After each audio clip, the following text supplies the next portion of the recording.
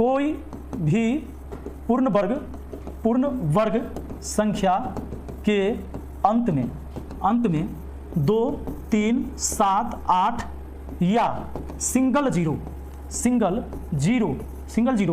कभी नहीं आता है। ये बात आपको याद रखना है, बहुत जरूरी है। डायरेक्ट इससे सवाल पूछा जाएगा, ये बात अगर आपको याद है तो। 2, 3, 7, 8 या सिंगल जीरो कभी नहीं आता है किसके अंत में? कोई भी पूर्ण वर्ग संख्या। अच्छा, पूर्ण वर्ग किसको कहते हैं? जो किसी का वर्ग होगा। जैसे मान लीजिए 4, क्योंकि 2 का वर्ग होता है 4 पूर्ण वर्ग संख्या है। आप 3 का वर्ग लिख लीजिए, 3 का स्क्वायर 9 पूर्ण वर्ग संख्या है। चलिए 4 का स्क्वायर कर दीजिए 16, ये पूर्ण वर्ग संख्या है। 1 का स्क्वायर भी 1 भी पूर्ण वर्ग संख्या है, ध्यान दीजिएगा। अच्छा, 5 का स्क्वायर कितना? 25, ये पूर्ण वर्ग। ये सारे पूर्ण वर्ग है क्योंकि ये किसी के वर्ग होकर आए हैं।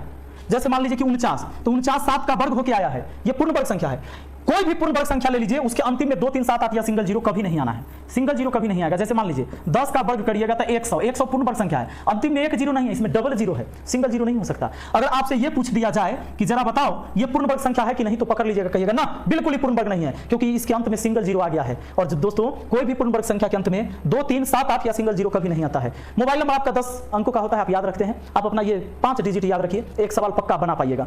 2 के बाद 3 होता है, 7 के बाद 8 होता है, याद हो गया। 2, 3, 7, 8 और सिंगल जीरो कभी नहीं आता है, ठीक है। इस पर